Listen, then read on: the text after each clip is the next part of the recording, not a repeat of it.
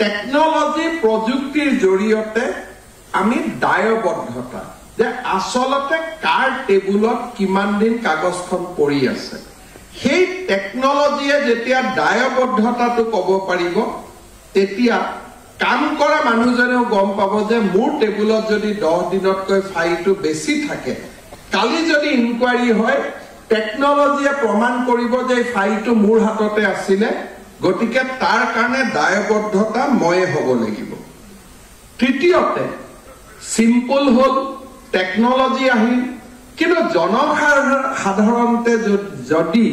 নিজৰ অধিকাৰৰ বিষয়ে নাজানে যে এইটো মোৰ প্ৰাপ্য এই কথাখিনি যদি তেওঁলোকে নাজানে তেতিয়াও সুশাসন ব্যৱস্থা প্ৰতিষ্ঠা হ'ব নোৱাৰে 2010 চনত মধ্যপ্ৰদেশত প্ৰথমবাৰৰ বাবে ৰাজহুৱা সেৱা প্ৰদানৰ দিশত এখন আইন প্ৰণয়ন কৰা হৈছিল যে এই নিৰ্দিষ্ট সেৱা মানুহৰ অধিকাৰ সেৱা দুই ধৰণৰ থাকে কিছু চৰকাৰৰ আজি যদি কোনোবাই কয় যে মোক চাকৰি এটা লাগে হেতু সেৱা হ'ব নোৱাৰে হি যোগ্যতাৰ ভিত্তিত হ'ব লাগিব কাৰণ চাকৰি পোৱাৰ কাৰণে প্ৰসেস থাকিব চাকৰি পোৱাৰ এটা নিয়ম থাকিব কিন্তু মোৰ মেট্ৰিকৰ সাৰ্টিফিকেটখন হেৰালে ডুপ্লিকেট সাৰ্টিফিকেটখন মোক লাগে চৰকাৰে যদি 15 দিন সময় নিৰ্দিষ্ট কৰি দিছে মই 15 দিনৰ ভিতৰতে পাব লাগিব মোৰ মাটি মোৰ লৰাৰ নামলৈকে ট্ৰান্সফাৰ হ'ব লাগে মাটি দুখৰ চৰকাৰৰ নহয় পিতৃৰ মাটি পুত্ৰৰ নামত যাব লাগে চৰকাৰে কৈছে যে যদি বিবাদ নাথাকে 30 দিনৰ ভিতৰত মাটি হস্তান্তৰ হ'ব এতিয়া এইটো মানুহৰ অধিকাৰ বহুবিলাক অধিকাৰ আছে যে মই আজি এটা ফ্যাক্টৰী কৰিব খুজিছো ফ্যাক্টৰী কৰাৰ কাৰণে মোক লাইসেন্স লাগে 30 দিনৰ ভিতৰত যদি কোনো বিবাদ নাথাকে লাইসেন্সখন পোৱাটো মোৰ অধিকাৰ ৰাজহুৱা সেৱা বহুবিলাক সেৱা আছে যিবিলাক ৰাইজৰ অধিকাৰ চৰকাৰে মাত্ৰ তাক ৰেগুলেট কৰে অৰ্থাৎ গুৱাহাটী মহানগৰীত মই এটা বিল্ডিং বনাব খুজিছো মোৰ মাটি মোৰ টকা মই বিল্ডিংটো বনাম এটা মোৰে টকা খৰচ কৰি মোৰে মাটিত বিল্ডিংটো হ'ব মই জিএমডি অফিচত কিয় যাম অৰ্থাৎ ই মোৰ অধিকাৰ আপোনালোকে মোক ৰেগুলেট কৰিব খুজিছে কৰক কিন্তু যেহেতু বিল্ডিং মোৰ মাটি মোৰ নিৰ্দিষ্ট সময়ৰ ভিতৰত আপুনি মোৰ কামটো কৰি দিব লাগিব যদি আপুনি মোৰ কামটো নকৰে মই নিজে নিজে ঘৰ বনাই লম কাৰণ মোৰে মাটি মোৰে টকা মইতো চৰকাৰৰ মাটিত ঘৰ বনোৱা নাই কাৰণ ই চৰকাৰে ইয়াত কোনো অনুদান দিয়া নাই চৰকাৰে কোনো দান দিয়া নাই মোৰ লৰা এজন মেডিকেল কলেজত জন্ম হল কন্যা মেডিকেল কলেজত জন্ম হল মোৰ লৰাজন ছোৱালীজনী জন্ম হল মই তাক জানো কিন্তু চৰকাৰে কৈছে যে আপুনি এডমিশন ল'ব লাগিলে এখন বাৰ্থ সাৰ্টিফিকেট লাগিব মোক বাৰ্থ সাৰ্টিফিকেট দৰকাৰ নাই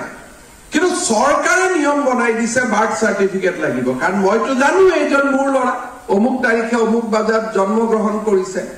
কিন্তু আপুনি নিয়ম এটা লগাই দিলে যে স্কুলত এডমিশন লবৰ কাৰণে জন্মৰ প্ৰমাণপত্ৰ এখন লাগিব যদি জন্মৰ প্ৰমাণপত্ৰখন মোক নালাগে চৰকাৰক লাগে আৰু চৰকাৰক লগা জন্মৰ প্ৰমাণপত্ৰ এখনৰ কাৰণে মই কিয় চৰকাৰৰ ঘৰত যাম চৰকাৰে মোক এখন দি পঠাব চৰকাৰকহে লাগে মুকটো নালাগে অৰ্থাৎ সেৱা এটা বেলেগ আৰু 10 জনৰ মাজত কম্পিটিশন কৰি কিবা এটা সুবিধা লোৱা বেলেগ সুবিধাটো অধিকাৰ নহয় কিন্তু অধিকাৰটো অধিকাৰ অধিকাৰবিলাক চৰকাৰে সময়মতে দিয়াটো চৰকাৰৰ দায়িত্ব জন্মৰ প্ৰমাণপত্ৰ মৃত্যুৰ প্ৰমাণপত্ৰ বিবাহৰ পঞ্জীয়ন মাটিৰ ৰেজিষ্ট্ৰেচন মাটিৰ ভাগ বতৰা কোনোবা এজন মোৰ স্বামী ঢুকালে সন্তানৰ বাবে নেক্সট অফ কিন সাৰ্টিফিকেট এনেকে আমাৰ ৰাজ্য আমি নটিফাই কৰিব লাগে যে কিমানটো আমাৰ অধিকাৰৰ ভিতৰত পৰে আৰু কিমানটো অধিকাৰৰ ভিতৰত নপৰে 2010 চনত মধ্যপ্ৰদেশ চৰকাৰে প্ৰথমবাৰ ঘোষণা কৰিছিল যে এইখিনি মানুহৰ অধিকাৰ আৰু এই অধিকাৰখিনি টাইমলি চৰকাৰে দিব লাগিব 2010 চনত মধ্যপ্ৰদেশ চৰকাৰে এই আইনখন প্ৰণয়ন কৰাৰ পিছত 2012 চনত অসমেও right to public service act আমি বিধানসভাত গ্ৰহণ কৰিলো কিন্তু হে আইনখন আমি ৰূপায়ণ নকৰিলো 2019 চনতো ইয়াৰ সংশোধন হল 2024 চনতো ইয়াৰ সংশোধন হল কিন্তু আইনখন আমি ৰূপায়ণ কৰিবৰ কাৰণে আজিলৈকে কৰা নাছিলো অসম চৰকাৰে ইতিমধ্যে আমাৰ সেৱা ক্ষেত্ৰৰ জৰিয়তে 725টা বিষয় আমি নাগৰিকৰ অধিকাৰ বুলি ঘোষণা কৰিছো ইয়াতে 64টা বিভাগ আছে সঞ্চালকালয় আছে আৰু 6 শিডিউলৰ আমাৰ কাৰ্বি আলং ডিমা হাছাও বড়োলেণ্ড টেৰিটৰিয়েল কাউন্সিল আছে আৰু ইয়াতে 725টা সেৱা আমি ৰাইজৰ অধিকাৰ বুলি ঘোষণা কৰিছো 725টা সেৱা কি ফ্যাক্টৰী লাইসেন্স ফায়াৰ ব্ৰিগেডৰ লাইসেন্স কাৰোবাৰ বিল্ডিং পাৰমিশন কাৰোবাৰ বিধৱাৰ প্ৰমাণপত্ৰ কাৰোবাৰ মাটিৰ ভাগ বটৰুৱা এনেকে আমি 725টা সেৱা আমি ৰাইজৰ অধিকাৰ বুলি ঘোষণা কৰিছো আৰু প্ৰত্যেকটো সেৱা কিমান দিনৰ ভিতৰত হ'ব লাগে তাৰ খুচি এখনো আমি পোৰ্টেলত দি থৈছো যে এজন যদি ডিসিৰ অফিচত আমি মোৰ দেউতাৰ মৃত্যু হৈছে গতিকে মোক নেক্সট অফ কিন সাৰ্টিফিকেট এখন লাগে তাক যত এনওকে সাৰ্টিফিকেট লাগে কাৰণ সেইখন সাৰ্টিফিকেট নহলে মই দেউতাৰ পেনশনটো পাব নোৱাৰো এটা এই সাৰ্টিফিকেটখন কেই দিনত পাব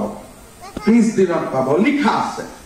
যদি 30 দিনত মই পাব লাগে মই অফিচত কিয় যাম মোৰ যোৱাৰ প্ৰয়োজন নাই আৰু অফিচত যদি মই যোৱা আহা নকৰো পোৰ্টেলত মই আবেদন কৰিছো পোৰ্টেলতে মই ৰিপ্লাই পালো মোৰটো কাৰ্যালয় যোৱাৰ প্ৰয়োজন নাই আজি আমাৰ লাৰ্নাৰ লাইসেন্স এখন কিমান দিনত আমি পাম তাৰ নিৰ্দিষ্ট সময় দিয়া আছে আজি বিভিন্ন ধৰণৰ এনেকে আমি 724টা সেৱা আমি নাগৰিকৰ অধিকাৰ বুলি আমি ঘোষণা কৰিছো এতিয়া এই ঘোষণাও কৰাৰ পিছত আমি সেৱা ক্ষেত্ৰ পোৰ্টেল আৰম্ভ কৰিলো আৰু এই পোৰ্টেলত এতিয়ালৈকে আমি 1,56,00,000 আবেদন আমি গ্ৰহণ কৰিছো অৰ্থাৎ সেৱা ক্ষেত্ৰ পোৰ্টেল আৰম্ভ কৰাৰ পিছত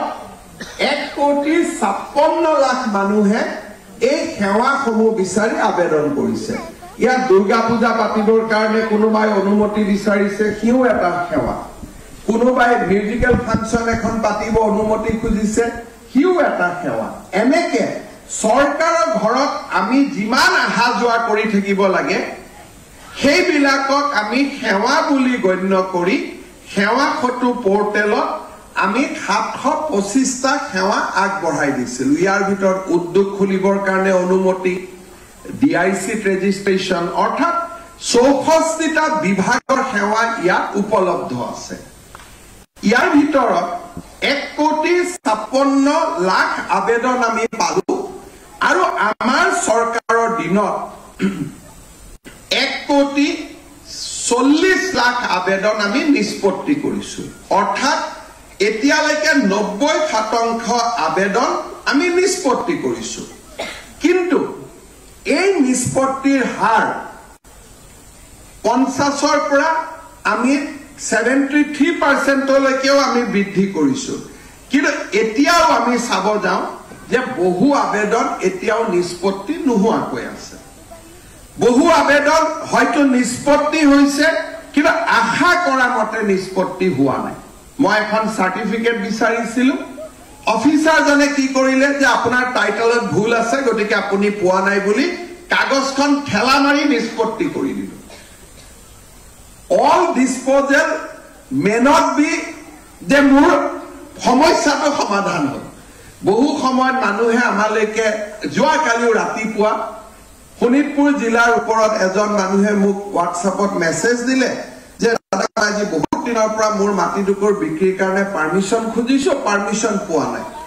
মই ডিসি লৈকে হোৱাটছআপটো ফৰৱাৰ্ড কৰি দিলো ডিসিয়ে মোলৈকে ৰিপ্লাই দিলে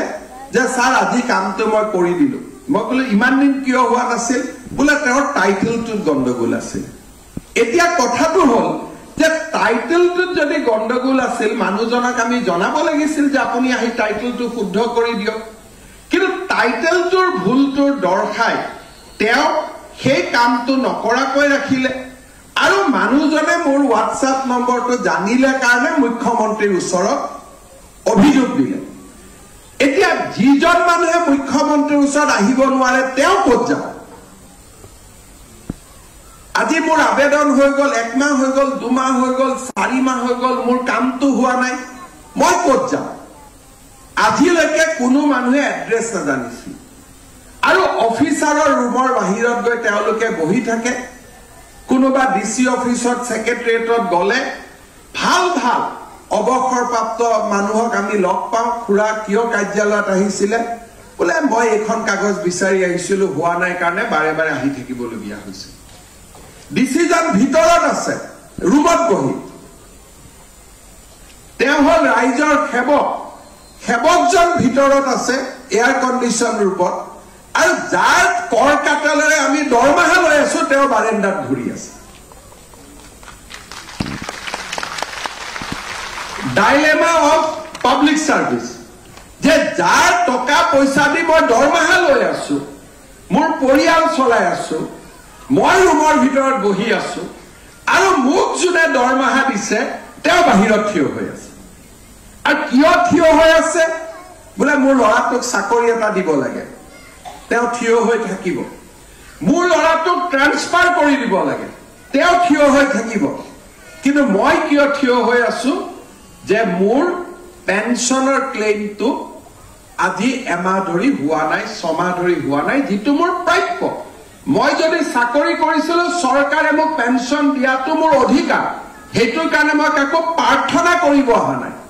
ল'ৰাটোৰ ট্ৰান্সফাৰৰ কাৰণে মই প্ৰাৰ্থনা কৰিব আহিছো ডিসিয়ে মোক যিমান দেৰি বাহিৰত ৰখাই থয় মোৰ ল'ৰাটোক চাকৰি দিব লাগে মই প্ৰাৰ্থনা কৰিব আহিছো মোক যিমান দিন ৰখাই থয় কিন্তু যেটো মোৰ অধিকাৰ ইমান দিন চাকৰি কৰিলো এটা পেনশনটো মোৰ অধিকাৰটোৰ কাৰণে মই কিয় বাহিৰত ৰখি থাকিম এই কথাবোৰ সমাধান কৰাৰ কাৰণে লোকসেৱা আইন অধিকাৰ আইন আমাৰ ভাৰতবৰ্ষৰ 34খন ৰাজ্যত বলবৎ কৰা হৈছিল কিন্তু বলবৎ কৰা হলেও মানুহে ক'ত যাব নাজানাৰ কাৰণে এই আইনখন এখন কাগজৰ বাঘত পৰিণত হৈছিল আৰু আইনখনৰ বিষয়ে মানুহে জনা নাছিল বা আইনখনৰ প্ৰয়োগ হোৱা নাছিল দেশৰ 7খন ৰাজ্যত কমিশন হল যেনেকৈ ইনফৰমেশন কমিশন আমাৰ অফিচাৰ বিলাকে সকলোৱে ভয় কৰে যে ইনফৰমেশন কমিশনে মাতি লৈ যাব যদি ময়ো কেতিয়াবা কওঁ যে এইটো কিয় দি দিলে আৰটিআই ৰিপ্লাইটো এনেকৈ দিলে বোলে স্যাৰ আৰটিআই ৰিপ্লাইটো দিব লাগিব নহলে আকৌ কমিশনে মাতিব নহয় তাৰমানে যেতিয়া ইনফৰমেশন কমিশন স্থাপন হল দেশত তেতিয়াবা আৰটিআই জৰিয়তে মানুহে সব পোৱা হৈ গল আৰু আৰটিআই ভয় সকলোৱে কৰে কেতিয়াবা আমাৰ কিছুমান প্ৰশ্নৰ উত্তৰ দিয়া হয় যত বাহিৰত কেতিয়াবা সমস্যাও কৰে আমি মাতি আনো যে এইটো কিয় এনেকৈ উত্তৰ দিলে এনেকৈ লিখিব লাগিছিল বোলে নাই স্যাৰ 30 দিন পাৰ হৈ গল উত্তৰটো নিদিলে দিগদাৰ আছিল কাৰণে উত্তৰ দিলো বোলে কি দিগদাৰ আছিল বোলে স্যাৰ কমিশনে নোটিস কৰিব নহয় তাৰমানে কমিশনখন থকাৰ কাৰণে আজি আৰটিআই আইনখন আমাৰ দেশত বলবৎ হল আৰু এতিয়া এনেকুৱা এটা পৰিবেশ হল যে কমিশনৰ প্ৰয়োজন নাই আজিকালি কেছে না যায় কাৰণ যিকোনো আৰটিআই এপ্লিকেশন খুজিলে অফিচাৰে লগে লগে ৰিপ্লাই দিয়া আৰু আজিকালি ৰিপ্লাইও খুজিব নালাগে পোৰ্টেলতে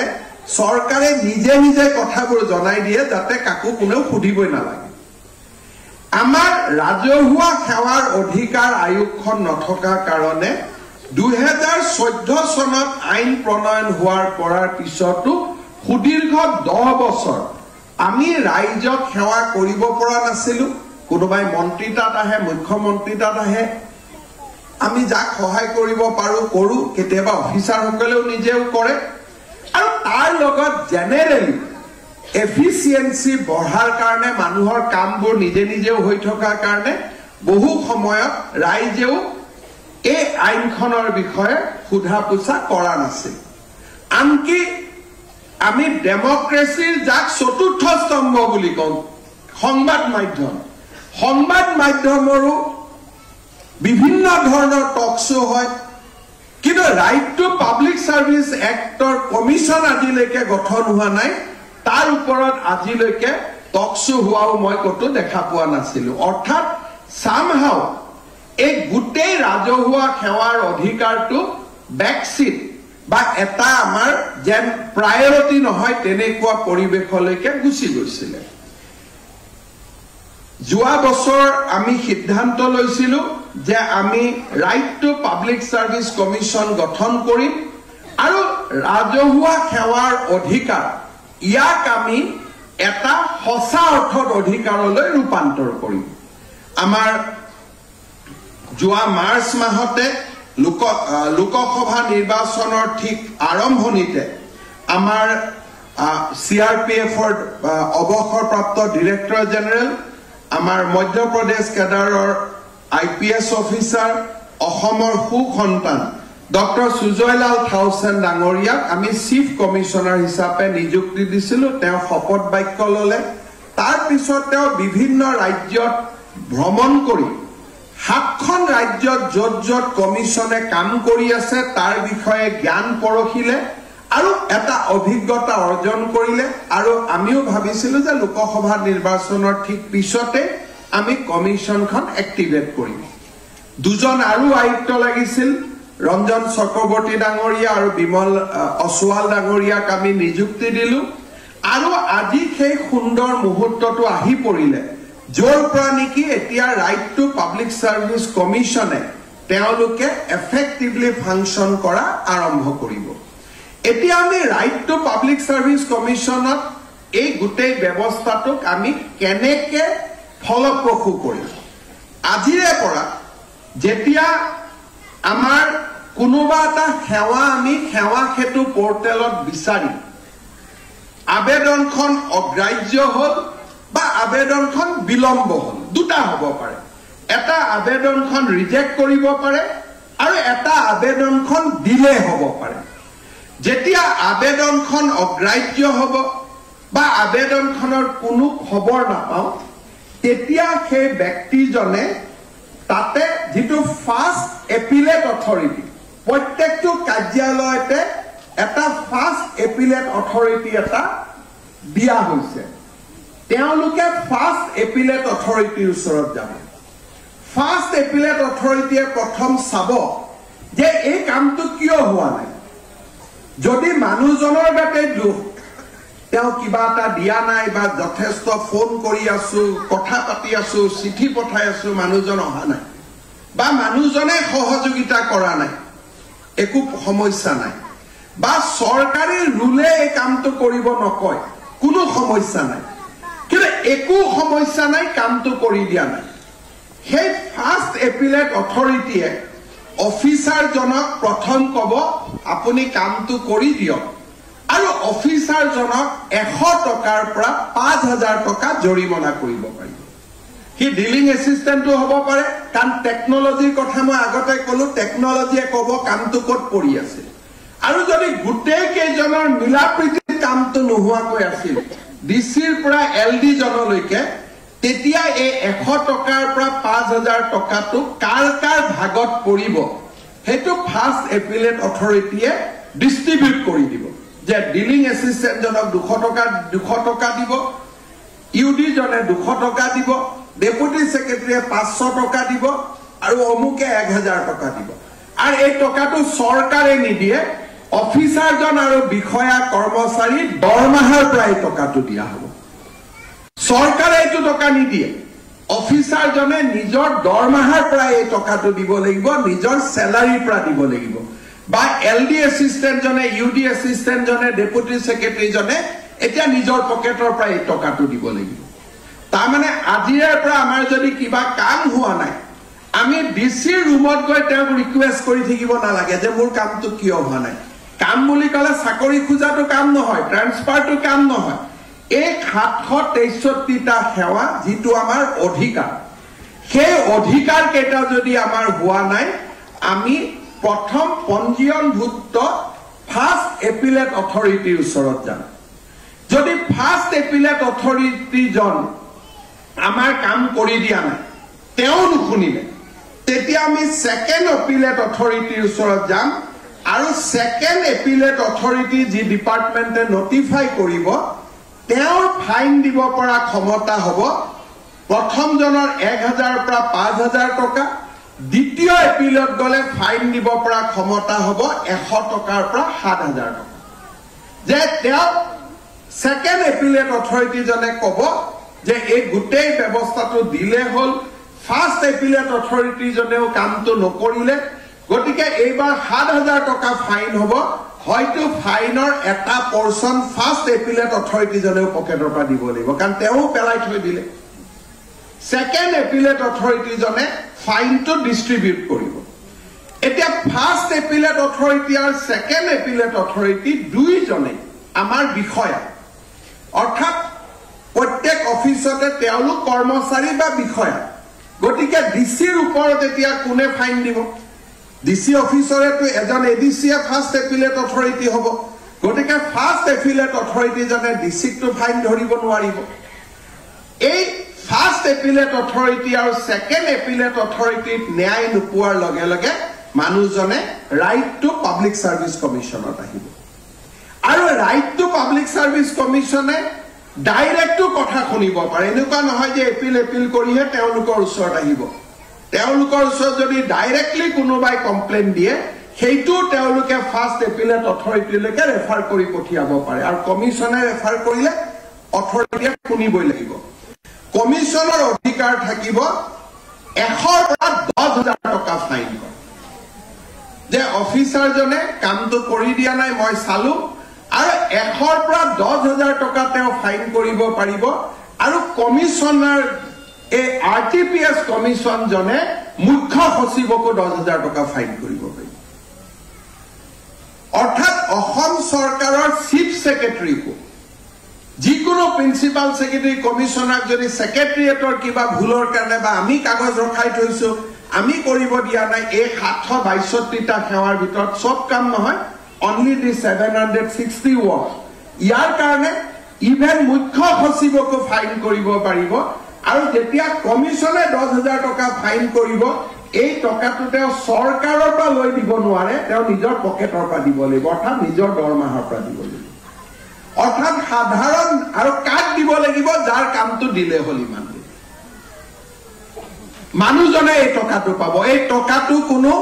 কোনো কিবা দাতব্য অনুষ্ঠানত নাযায় আবেদনকাৰী এই টকাটো পাব যে মোৰ অহা যোৱা খৰচৰ বাবদ এই 10000 টকা ফাইনৰ টকা আপোনাৰ একাউণ্টত জমা দিব লাগিব এটা এখিনি কোৱাৰ পিছত অহা ইলেকশ্যনত আমি পোষ্টাল বেলটত ভোট পোৱা দিগদাৰি আছে এটো মই জানো হয় নহয় কৰ্মচাৰীসকলে বহুত কষ্ট পাব বেয়া পাব কিন্তু বহুত মানুহে ভাল পায় আৰু এই কামটো ইতিমধ্যে 7খন ৰাজ্যত চলি আছে 7খন ৰাজ্যত এই ব্যৱস্থা চলি আছে আৰু এই ব্যৱস্থাটো যদি আমি ভাল কৰি চলাব পাৰো এই 770টা সেৱা এনেকুৱা যিখিনি ৰাইজৰ অধিকাৰ ইয়াত কোনো গণ্ডগোলীয়া সেৱা একো নাই মোৰ ল'ৰা জন্ম হৈছে বাৰ্থ সাৰ্টিফিকেটখন পাব লাগে মোৰ দেউতাৰ মৃত্যু হৈছে ডেথ সাৰ্টিফিকেটখন মই পাব লাগে মোৰ ল'ৰা স্কুলৰ এডমিশনৰ সময় হৈছে গতিকে এডমিশন পোৱাৰ আগতে বাৰ্থ সাৰ্টিফিকেটখন নাপালে তুমি এডমিশন নাপাও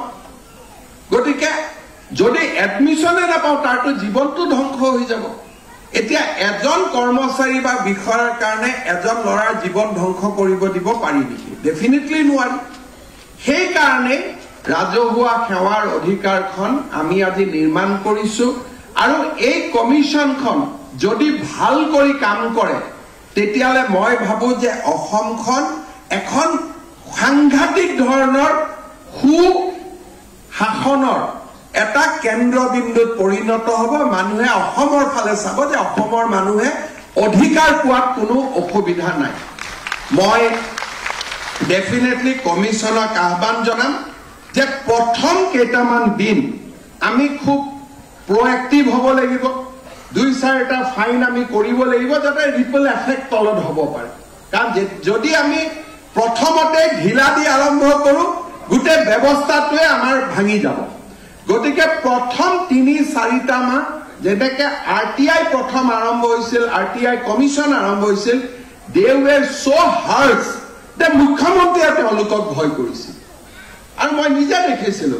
কেতিয়াবা মানুহ আহে তৰুণ গগৈ ডাঙৰীয়াৰ ওচৰত বোলে ছাৰ এইটোতো কমিশন কমিশনে লৈছে নেকি কেতিয়াবা মোৰ তাত আহিব নালাগে যোৱা যি কৰা কৰ আমাৰ ওচৰত আহিলেও আমি কমিশনক ইমানে ভয় কৰিছিলো যে কমিশনে যদি কৈছে আৰু আমি নাই সো এটা ফিয়াৰ ফেক্টৰ এটা ফিয়াৰ কব তাৰ পজিটিভ ৱৰ্ডটো ৰেসপেক্ট কব পাৰো উই হ্যাভ টু ইনষ্টিল এ ফিলিংস যে যদি সময়মতে কাম নহয় মোৰ পকেটৰ পৰা 10,000 টকা গ'ল মোৰ পকেটৰ পৰা 200 টকা গ'ল মোৰ পকেটৰ পৰা 500 টকা গ'ল আৰু এজন অফিচাৰক যদি এক মাহত 20টা ফাইন হৈ যায় তেওঁটো ঘৰত একোৱে লৈ যাব নোৱাৰিব গতিকে তেতিয়া তেওঁ নিজে নিজে ৰাইজৰ কাম কৰিবৰ কাৰণে বাধ্য হ'ব আৰু একচুয়ালি ৰাইজৰ কাম কৰাটো it is a very pleasant এটা কাম হয় এটো কোনো বেয়া কাম নহয় ৰাইজৰ কাম কৰি মনটো ইমানে ভাল লাগে ৰাতি সুন্দৰ কৰি টোপনি আহে মন ভাল লাগে খুবেই ভাল কাম এইটো নিগেটিভ সেন্সত লবই নালাগে যে এজন বিধৱাক আমি তেওঁৰ স্বামী মৰা সাৰ্টিফিকেটখন 7 দিনতে তুলি দিলো মানুহগৰাকীয়ে হিয়া উবৰি আশীৰ্বাদ দিলে তাতকৈ স্যাটিসফ্যাকশন মানুহৰ জীৱনত কি থাকিব পাৰে পোৰ্টেলত আবেদন কৰিছে পোৰ্টেলতে কাম হৈ গৈছে আৰু এনেকুৱাও নহয় কোনোবা এটো এটা ভুল ইমপ্ৰেছনো ল'ব নালাগে যে মানুহে কাম নকৰে আজি আপোনালোকে চাওক মই অলপ আগতে কৈছো যে 1,56,00,000 আমাৰ ওচৰত এপ্লিকেশন আহিছে আৰু 1,40,00,000 আমাৰ অফিচাৰসকলে অন টাইম কৰি দিছে এইটো নহয় যে মানুহে কাম নকৰে 90% এমপ্লয়িয়ে টাইমত কাম কৰে এজন বা দুজনৰ কাৰণে কিছু আমাৰ সৰকাৰি কৰ্মচাৰী বদনাম হয় আদাৰৱাইজ এটো আৰু এটো হল কম্পিউটাৰৰ ডেটা মানুহে মই অফিচাৰৰ পৰা কিবা ললে এটো মোক মিছা কথা কোনোবাই অসত্য ৰিপৰ্টিং দিব পাৰে কিন্তু সেৱা ক্ষেত্ৰ পোৰ্টেলটো খুলিলে আপোনালোকে নিজে দেখা পাব যে 1,56,00,000 আবেদন আহিছে 1,40,00,000 কাম হৈ গৈছে নিষ্পত্তি হৈছে গতিকে এই কাম কেটা কি কাম আমি পোৰ্টেলটো খুলিলে পাম সৰকাৰে অহা অনাগত দিনত এই কামবিলাক আমি এডভাৰটাইজ কৰিম যে right to public service actor অধীনত কি অধিকাৰ আছে মুখ্য সচিব ডাঙৰীয়াক মই অনুৰোধ জনাম যে অন্তত নেক্সট 1 মান্থ আজি যেহেতু কমিশনখন হল মানুহে জানিব খুজিব ইন্টেনসিভ এডভাৰটাইজ হ'ব লাগে যে লোক সেৱাৰ অধিকাৰ আউটাত কি সেৱা পৰে নাম্বাৰ 1 নাম্বাৰ 2 আমি চাব লাগিব যে প্ৰথম এপিলেট অথৰিটি সব অফিচৰ বাহিৰত যাতে তেওঁলোকৰ সাইন বোৰ্ড থাকে যে first appellate authority under RTPS commission second appellate authority বিলাক যাতে নোটিফাই হয় অন টাইম আৰু যত first appellate authority second appellate authority notify হোৱা নাই commission should summon head of the department and from today you must seek the compliance of the 64 department that apunaloke you have appointed the first registration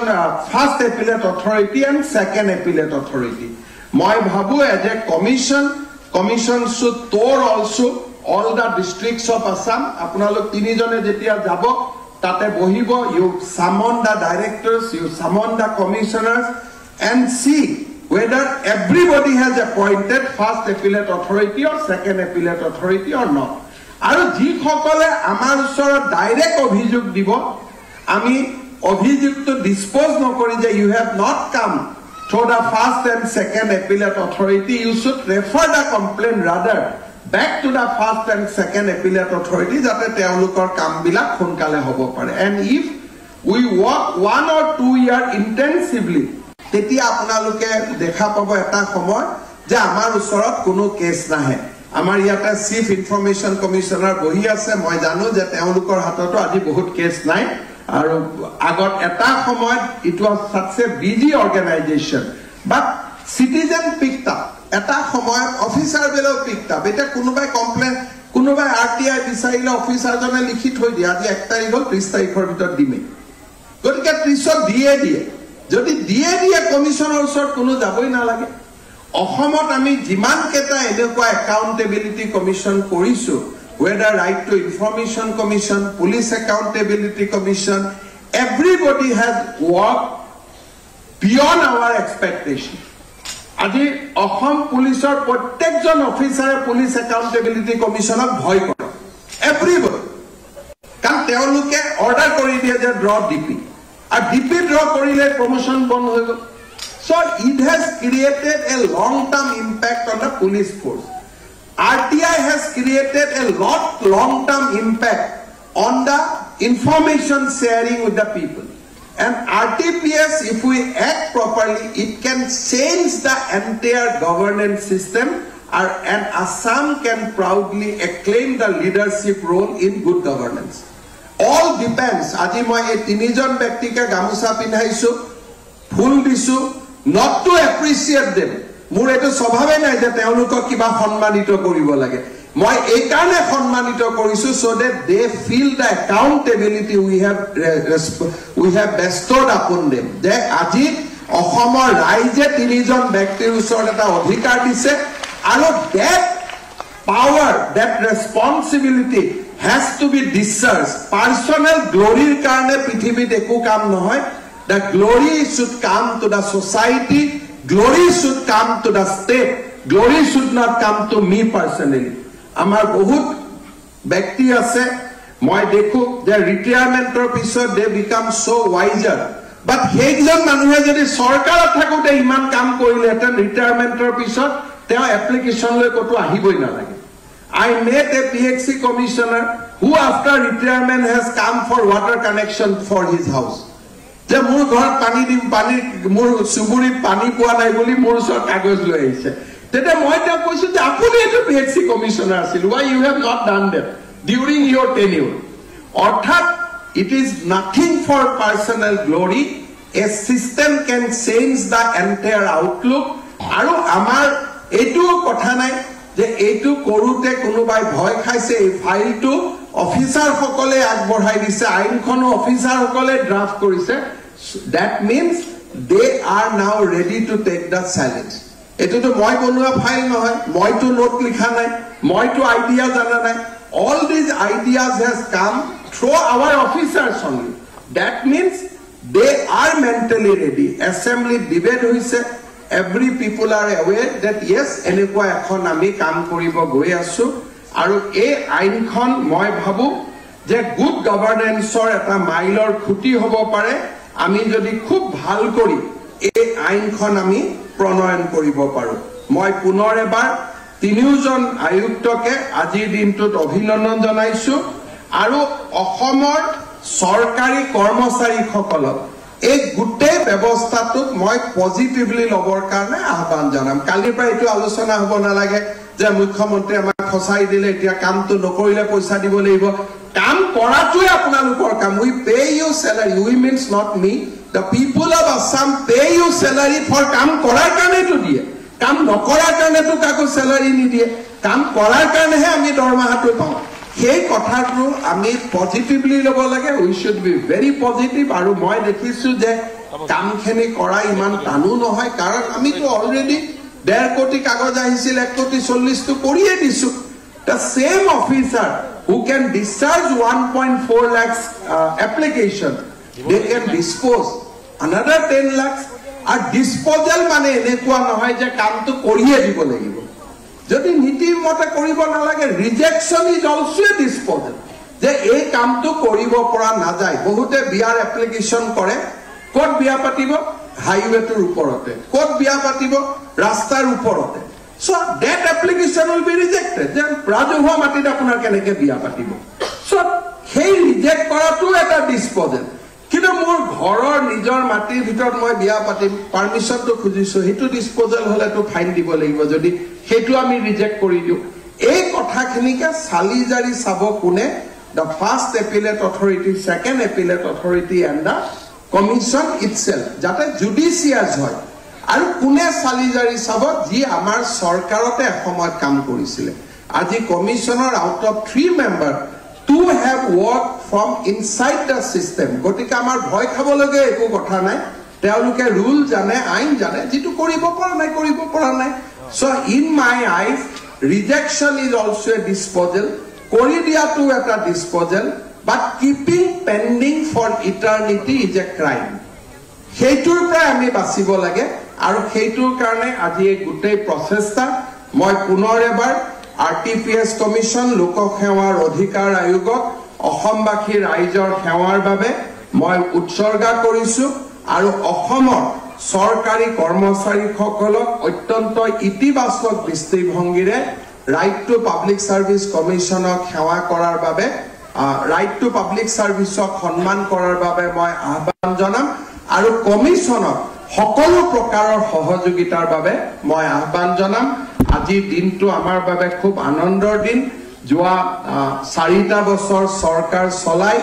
বহুতো মাইলৰ খুঁটা আমি অতিক্ৰম কৰিছো আমাৰ সৰকাৰখনৰ সফলতাত আজি দিনটো এটা অত্যন্ত